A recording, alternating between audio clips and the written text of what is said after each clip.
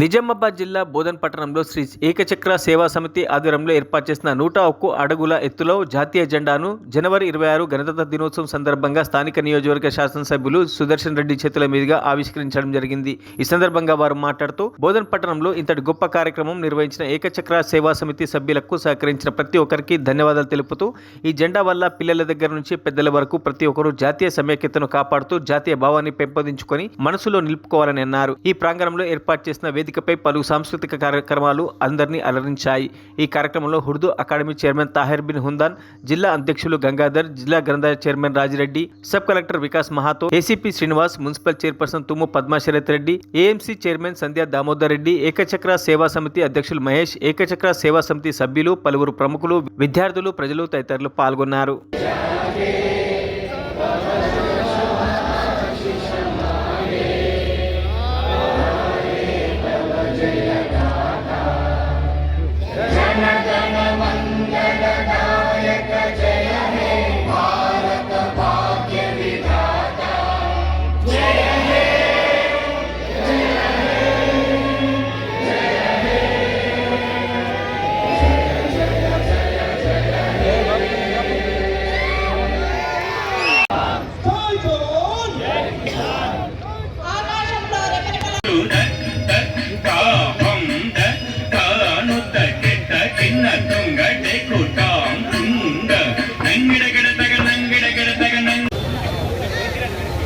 ఏకచక్ర committee members కు, ఇక్కడ వచ్చేసిన అధికారులకు, మిత్రులకు, ఏదైతే మనము మన బ్లాగ్ 101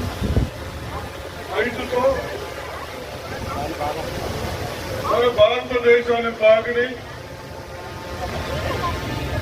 మీరు ఎన్ని కష్టాలైనా పక్కన పెట్టేసి నా మున్సిపల్ కౌన్సిలర్ సోదరులు పార్టీలకు అతీతంగా మన భారతదేశం మనమందరం యూనిటీగా ఉండాలని ఇంత చక్కని ఫ్లాగ్ ఈ రోజు నాతో స్టార్ట్ చేసినందుకు మీ అందరూ చేతులెత్తి నమస్కరిస్తా ఉన్నాను. అదేవిధంగా నాకు అన్నిటికంటే బాగా వ్యవస్థలు బాగుపడాలంటే నేను మొన్న నుంచి ఆలోచిస్తున్నా. మనం చదివిస్తున్నాం, ఉద్యోగులు రాక, సరిపోయిన ఇంటెలెక్చువల్స్ లేక, కనీసం జాబులు చేసుకోకుండా, ఉద్యోగాలు చేసుకోకుండా ఇబ్బంది పడతా ఉంటారే.